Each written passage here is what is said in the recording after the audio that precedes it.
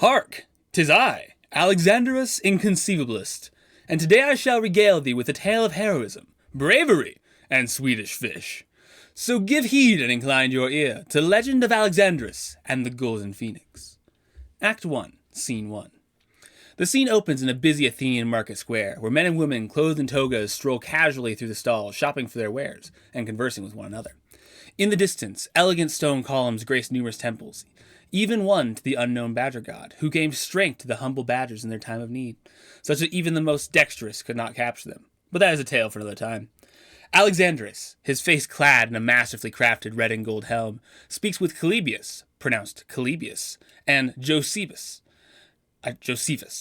Noeticus, and Ben the Minecraft demon about affairs of the evening setting upon them. Calebius. Alexandrus, wilt thou be accompanying thy companions to the feast tonight? Alexandrius. No, Calebius. I fear I am unable, for a ferocious phoenix besieges the polis of Mycarceria, and I know of no other way to slay it. Josephus. But Alexandrus, could not the great golden phoenix be slain on some other eve? Come now, drink, and be merry. Alexandrus. Pray, forgive me, but even so I cannot partake. The great golden phoenix grows more powerful each day, and Mycarceria is nearly overrun. I fear, should I wait any longer, my courage would fail me, and alas, all hope would be lost. Noeticus. Perhaps thou would be persuaded with the promise of much cheese? Alexandrus. May it never be!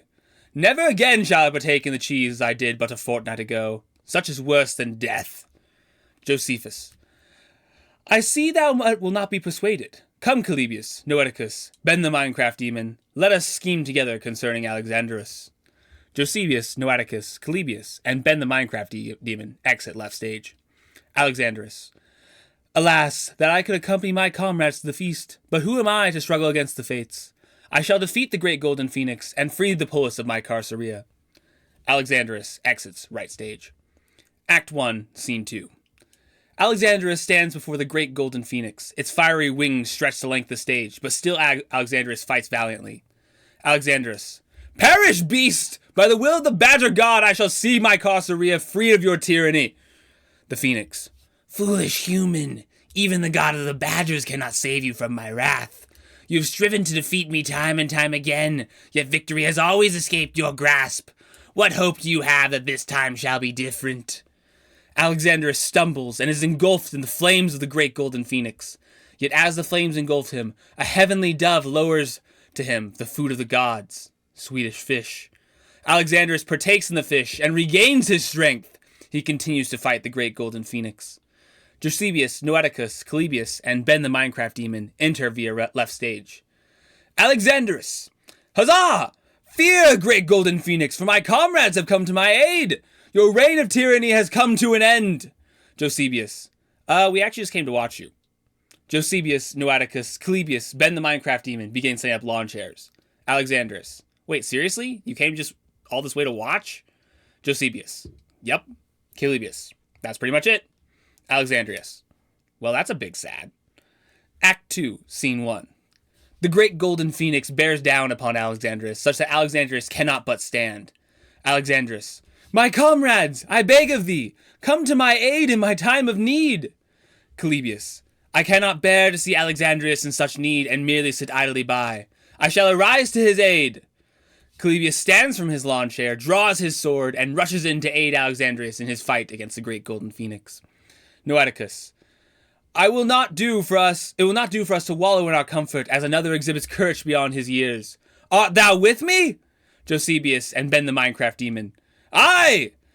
Calebius, Noeticus, Josephus, Ben the Minecraft demon all join Alexandrus in battle and begin to push back the great golden phoenix. Calebius. Alexandrus, thou hast fought this phoenix, hasn't thou? Where must I strike to slay it? Alexandrus. One must cut the foremost feather from the top of the crown of the great golden phoenix. If thou succeedeth, the beast will be greatly weakened. Calebius. 'Tis a task for but a child. I shall succeed with ease. Calebius climbs the great golden phoenix and strikes the feather, only for his blade to have no effect. Calebius. By the badger gods! What sorcery is this? Calebius swings once more, this time with the strength of at least one badger. Yet the feather withstands his blade. Phoenix. You are mistaken if you think I can be defeated so easily. My power is to make that which seems most simple the most difficult to overcome. You shall never free my Carceria! Act 2, Scene 2.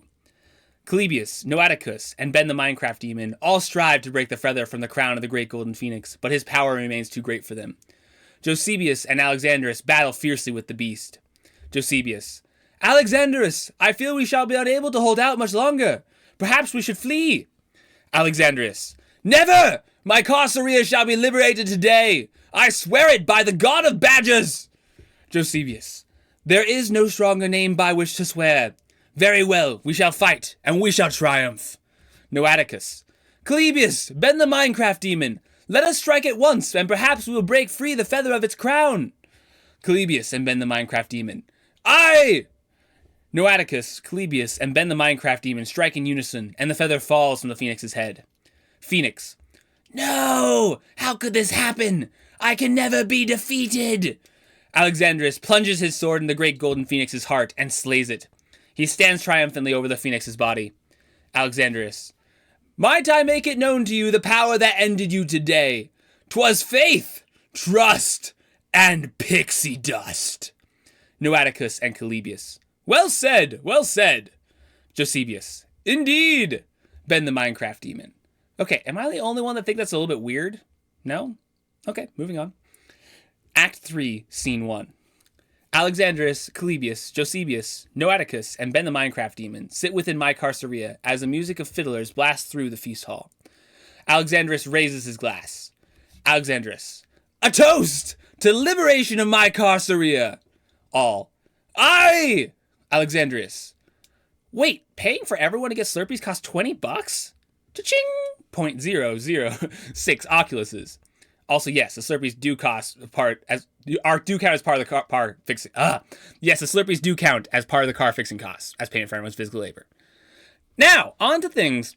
Upon finishing my last live email, I slept. Sometimes a hard task than you might think. The following morning, I worked on the Discord for my new D&D campaign. Yay!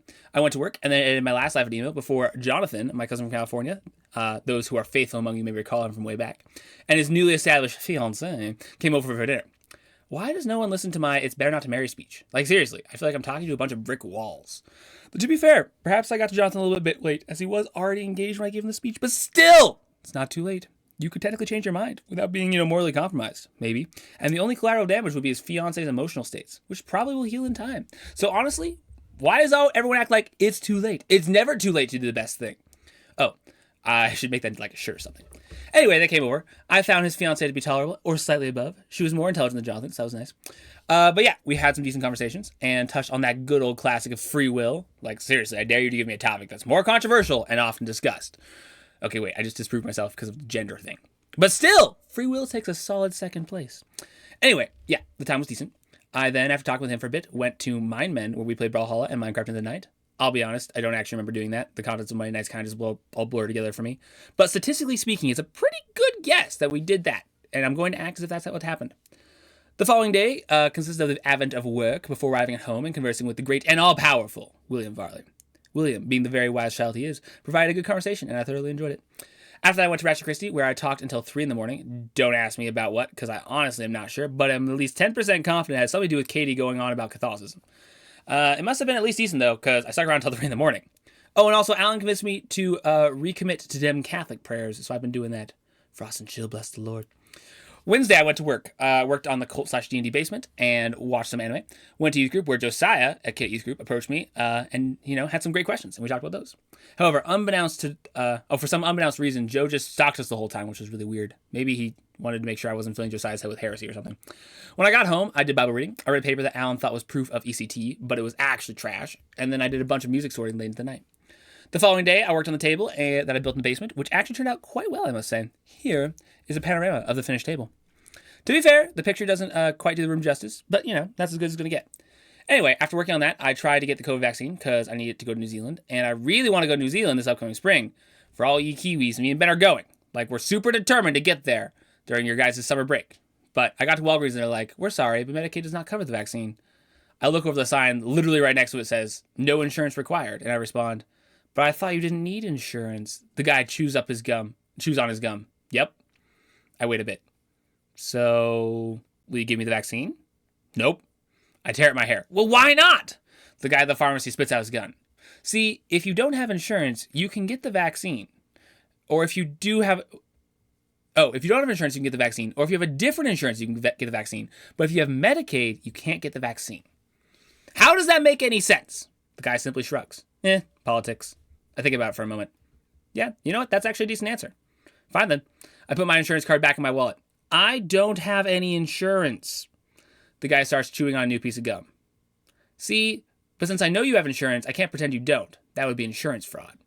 I rail against the reigning bureaucratic and political system in which I find myself instantiated. Just come back tomorrow and tell a different guy you don't have insurance for the first time, and you should be good.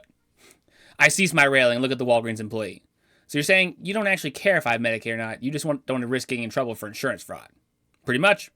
I shake my head. Figures. All right, bye. And with that, I walk out of the store. Yep, that's basically how it went down.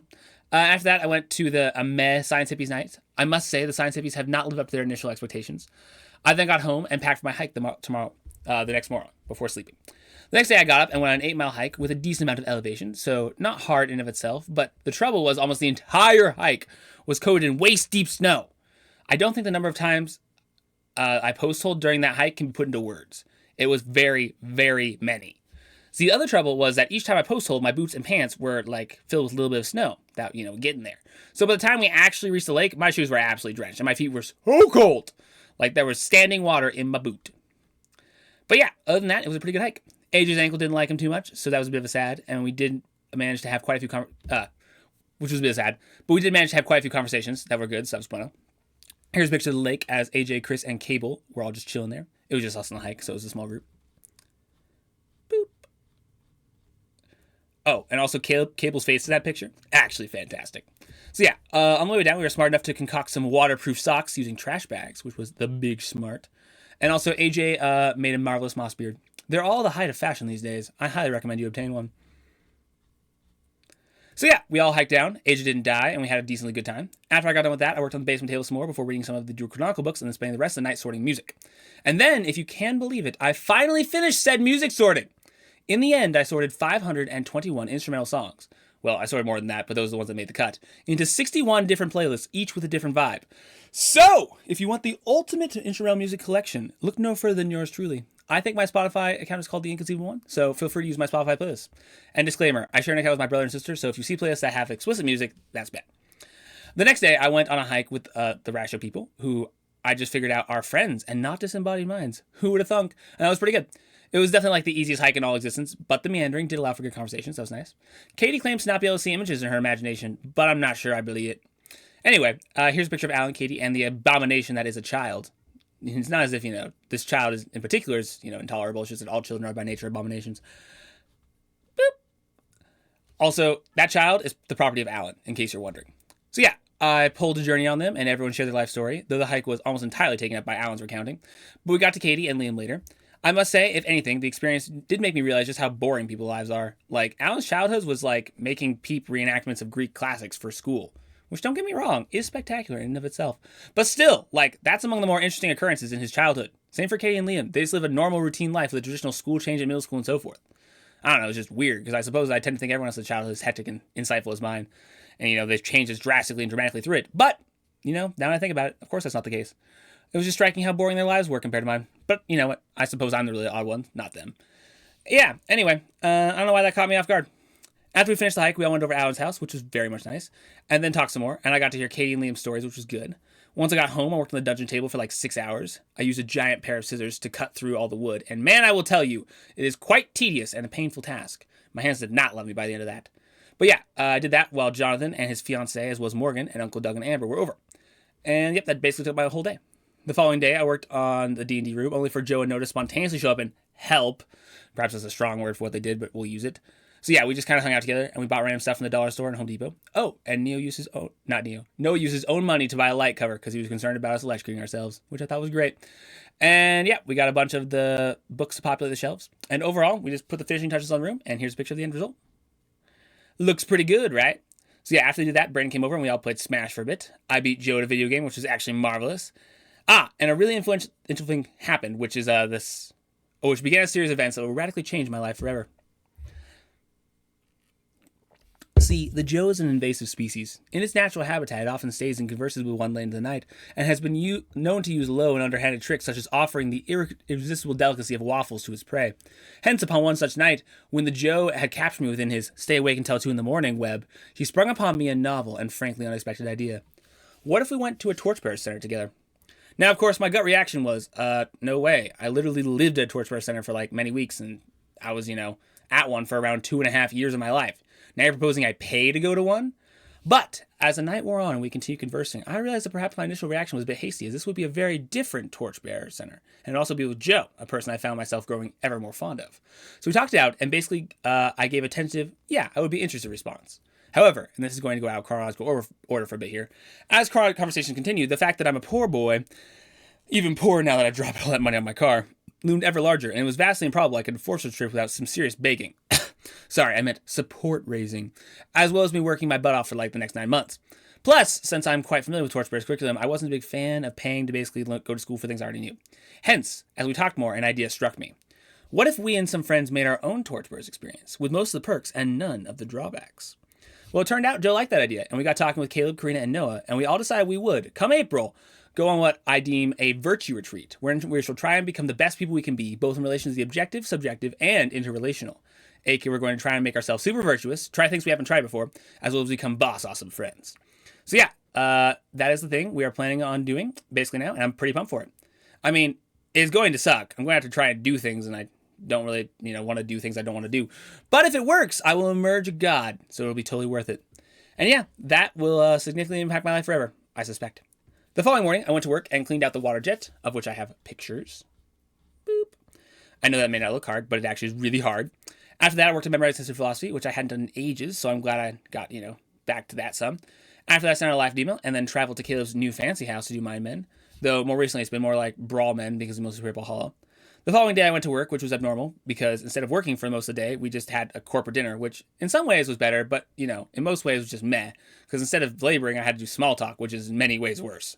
So yeah, I did that. I then did campaign planning for a while and went to Ratchet Christie game night, in which I spent much time playing Root and almost lost, but then won.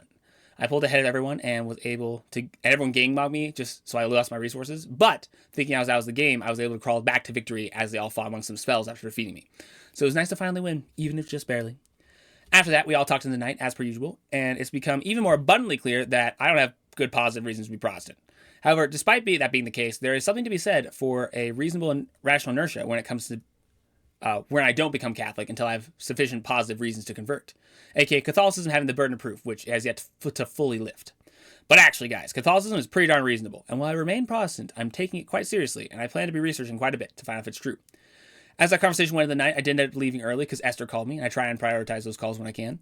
So yeah, then me and her talked until like 2 or something, and it was good. The next day, I skipped work, as well as Grace's middle school graduation, because of COVID exposure, not wanting to put other people at risks. It was a convenient excuse. But I did use the time well, because I worked on my car, and did so very proficiently. After that, I ran my one-shot with John and Neo, kind of a first pre-campaign training session, and that went pretty well, I must say. Also, both of them make pretty good characters, so there's that as well. Once I was done with that, I ran out of the night and did some Bible reading. The following day, I spent a few hours trying to get the stupid power steering hose to thread in. Seriously, those hoses give me way too much trouble. And Ben even came out and tried to help me, but after like an hour and a half, we both just gave up. Hence, unable to get the necessary work done on my car, I read through some Deuterocanonical books, and after I went to a pub-type place and played ping pong with Dad, which was good. At the start, I used my left hand, and then totally forgot that it was Dad.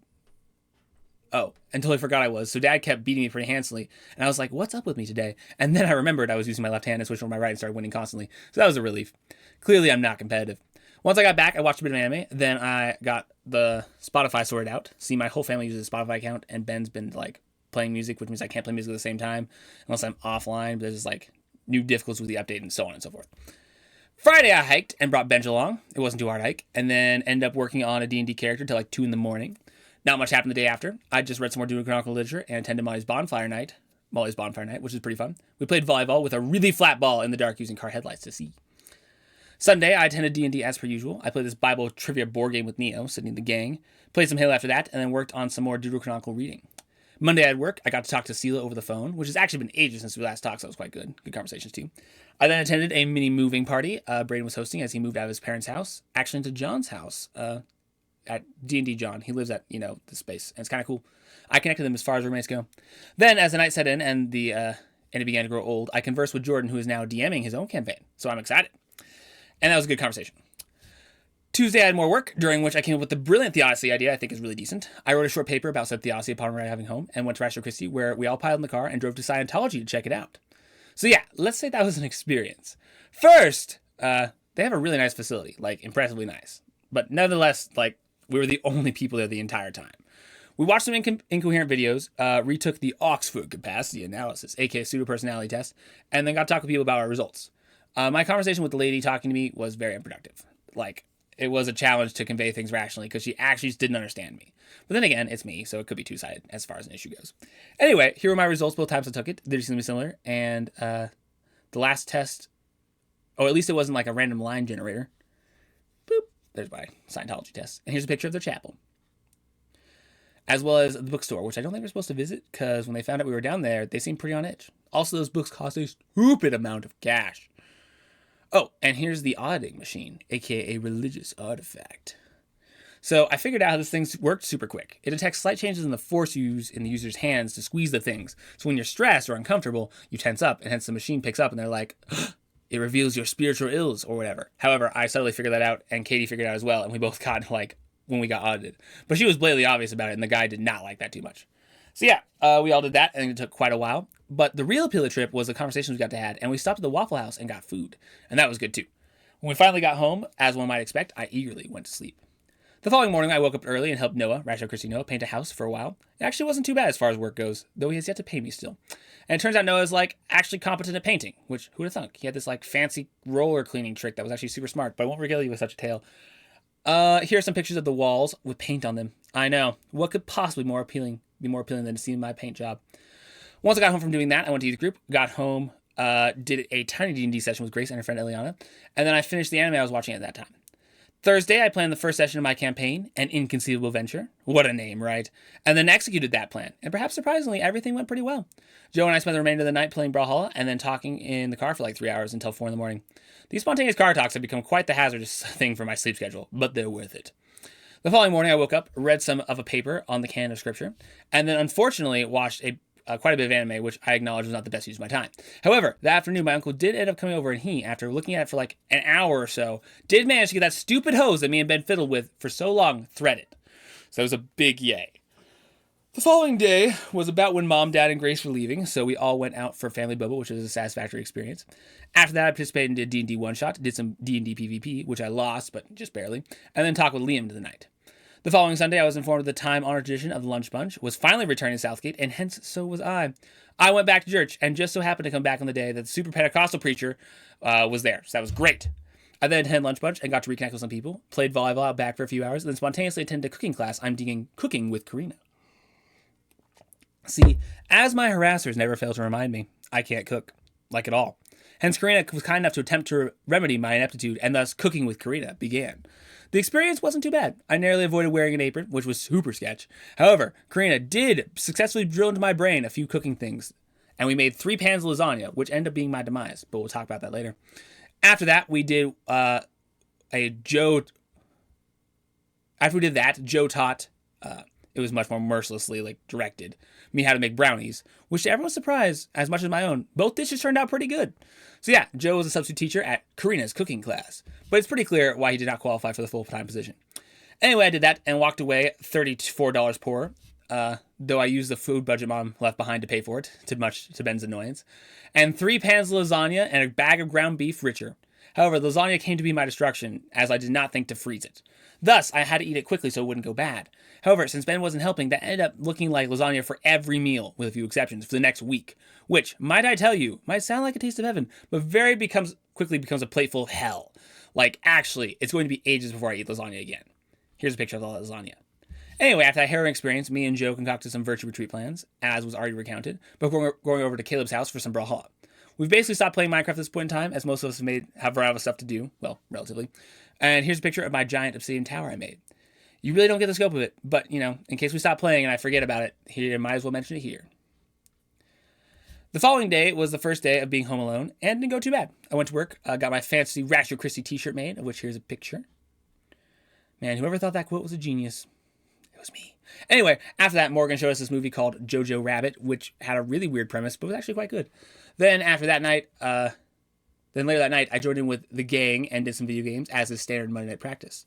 The following morning was work. I did some chores because no mom around. Watched the old Sherlock Holmes movie with the Iron Man actor, which I haven't seen at this point in time, which is surprising. Which I hadn't seen until this point in time. With Ratchet Christie Group, and then everyone came over and talked to my place until like late in the night.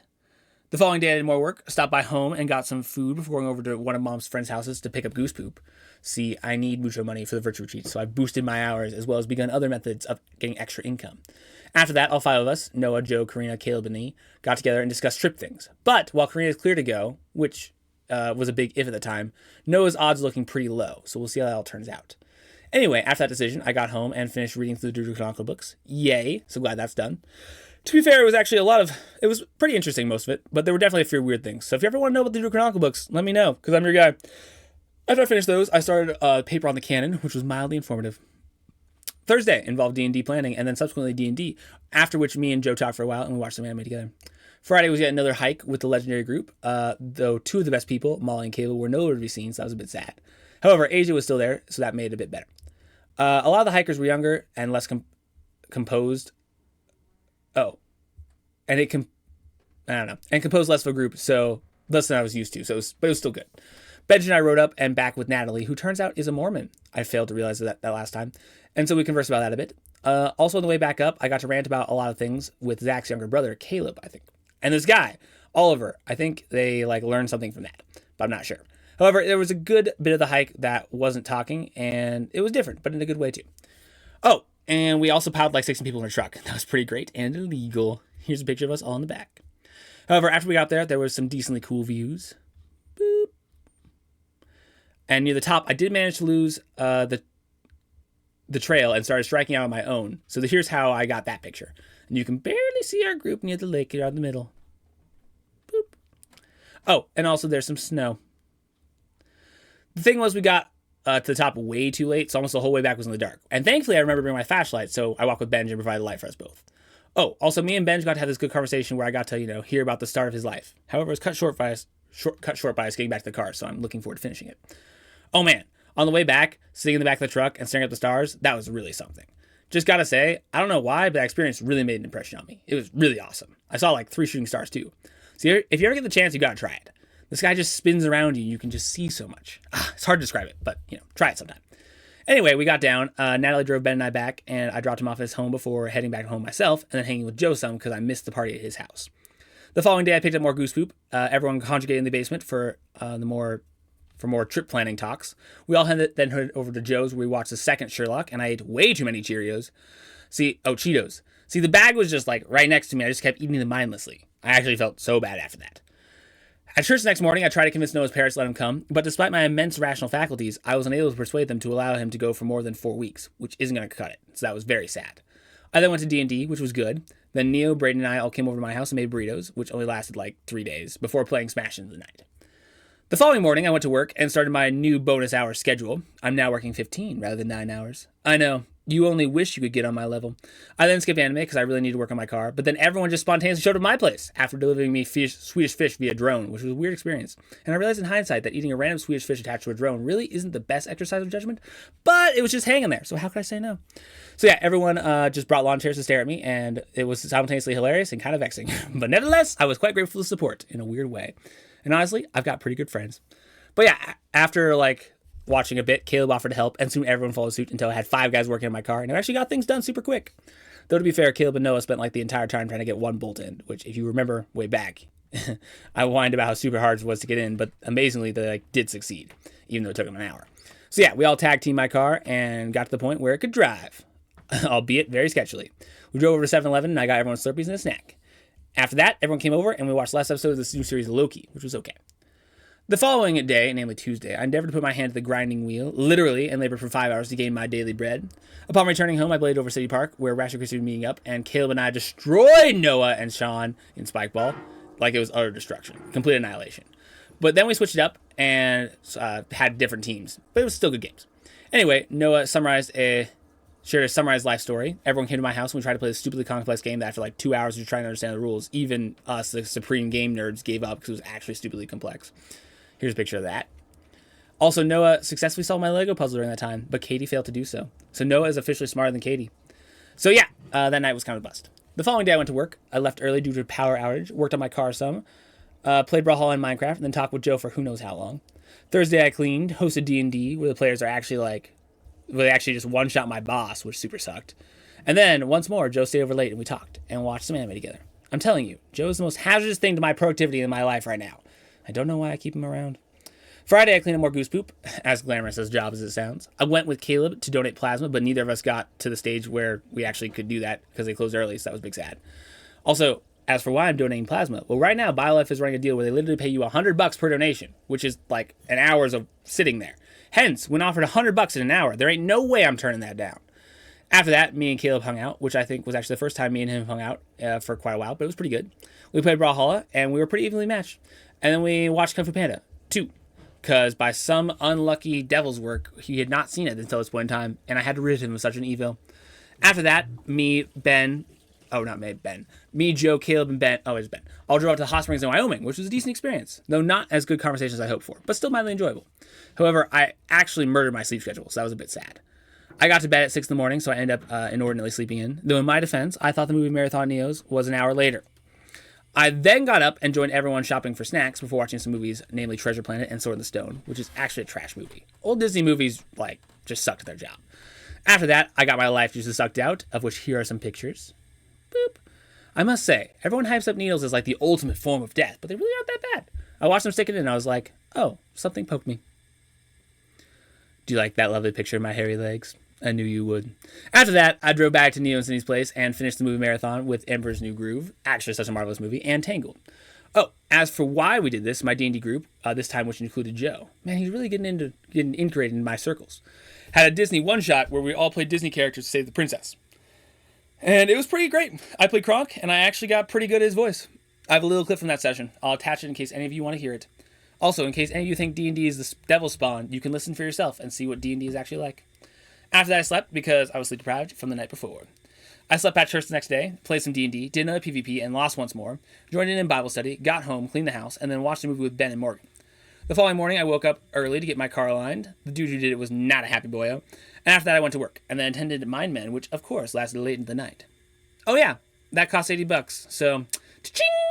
0.267 Oculuses, the alignment that is. The following day, I got my tire fixed, cha-ching! 0.0767 Oculuses. And that was a much better experience. The guy was quite nice and a Christian, so that was cool. After that, I went to work and then went to Rashford Christie, where Noah's girlfriend, because he has one of those, helped me make stir fry. Now, not that I'm ungrateful or anything, but people really want to remedy my incompetence with cooking. I mean, I get it's a life skill and all, but it's still annoying at times. Anyway, we made that, and as far as a meal that was like 100% vegetables goes, it wasn't half bad. Also, Alan made this really weird fancy drink, which was good? I don't know. It tasted good at first, but maybe that's because it was contrasted with stir fry. After I drank some pineapple juice, though, it didn't taste nearly as good by comparison. So yeah, we did that, and then, they made me share my life story, which wouldn't be all that bad if it weren't for their, incessant desire. I grow emotionally, which meant asking questions like, when's the last time you cried? Which I would prefer not to answer. So yeah, that was mostly death, but who knows, maybe healthy. But even still, that only makes it a healthy death at best. But yeah, I lived through that. Hopefully, the worst is behind me now. I then ended up talking with Alan until 2:30 in the morning, which was really good. Honestly, I do value those conversations quite a bit. The following day, I went to work, and then youth group, and then everyone, meaning Joe, Caleb, Morgan, came to my house and joined me and Ben as we watched Violet Evergarden through, which I maintain is an amazingly well-done anime, despite its emotional and not action-packed nature. I just want to make it clear, I like it for how well it's done, not its content, per se. Anyway, Caleb ducked out early because he wanted to wake up for work, but the rest of us, we watched it through, and even though people didn't like it too much, Ben and Joe, they admitted it was well done. So if you want an anime, I highly recommend it. That Thursday, I donated plasma once more and brought Ben and Morgan along, but because Morgan took actual ages, Ben ended up having to take me home early just so I could make it in time for Joe's pre-session and then D&D. So yeah, I ended up having no time to plan, but it all worked out. After that, Joe and I got snacks and watched some anime together. The following day, I finished my car, and it is, finally, oh praise the Lord, done. In total, fixing that car cost me exactly 5.469 Oculuses, and that hurts my soul.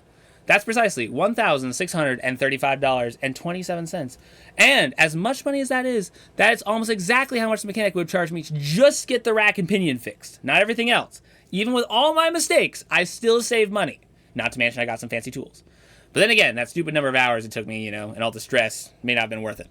Regardless, by some miracle, I did it. It was a very tough journey, but my car is finally fixed. And I'm also a pretty decent mechanic now. I'm planning on painting it red, so it'll fit the name of the Great Golden Phoenix. If any of you ever consider drifting for fun, just remember it might cost you $1,635.23, as well as a taste of hell on earth. But I know when winter comes around, I'll totally be drifting again. At least I learned from my mistakes, right? So yeah, I finished the Phoenix, drove it up to soccer, where I had a great time until the end, where I got a pretty nasty cramp, which happens when you're a full-time couch potato. And that night, unbeknownst to me, Caleb, Joe, Ben, and Morgan conspired to visit a Minecraft shaft and drag me along. But me and Joe got to have some really good conversations on the way up, so it was definitely worth it. Here's some pictures of us eating in the mine. Boop. Also, yes, fire plus enclosed space equals great idea. No, there was actually a grate above us, so the smoke could go out. Also, I forgot a philosopher's name during that time, and it bugged me to no end. I seriously got, I got to pick up the slack on memorized history of philosophy. The next day, Neo and I went to donate plasma, but they wouldn't let Neo do it, so I ended up just being me, and that was a bit sad. So yep, did that, got back to Neo's, and we did a Disney one-shot, which, as far as roleplay goes, was probably the best D&D experience I've had as of yet, but, because everyone was really into the character. I then did dishes, talked with Sydney about some things she's into, and then played Smash until everyone until 1 in the morning. The following day I attended church, stuck around after lunch bunch, but it was basically desolate. I went over to Caleb's for his graduate party, and then played a lot of volleyball, which was fun, and then I had some good conversations with peoples. I then went with Benj, Evie, Karina, Joe, Caleb, and Ben to Ben's favorite rock. Benj and Evie then left early, but the rest of us stuck around a bit longer and went to this janky cave and ate crackers on this mountainside. It was a decent time. Yesterday I woke up, went to work, and then I got the day off work, which I used to work on this live email, sleep for 4 hours, clean the house because Mom and Grace were coming back, and then I also attended Mind Men quite late and watched the latest episode of Loki. Finally, today I went to work, got home, greeted my female parents and sister, skipped Rashy or Christy to watch a movie with them, and then worked on this email until now. And that, dear friends, is the conclusion of what turned out to be way too long of a life of the email, because I just kept pushing back writing this. But hey, it's done now, and you made it through. Unless you just skipped the end, in which case you didn't make it through, and you're the worst. Anyway, I'll talk to you all soon, and if you want to catch up, there are some folks I haven't heard from in actual ages, and I would love to catch up with, so if you're one of them, send me an email or something. And with that, I'll talk to you later.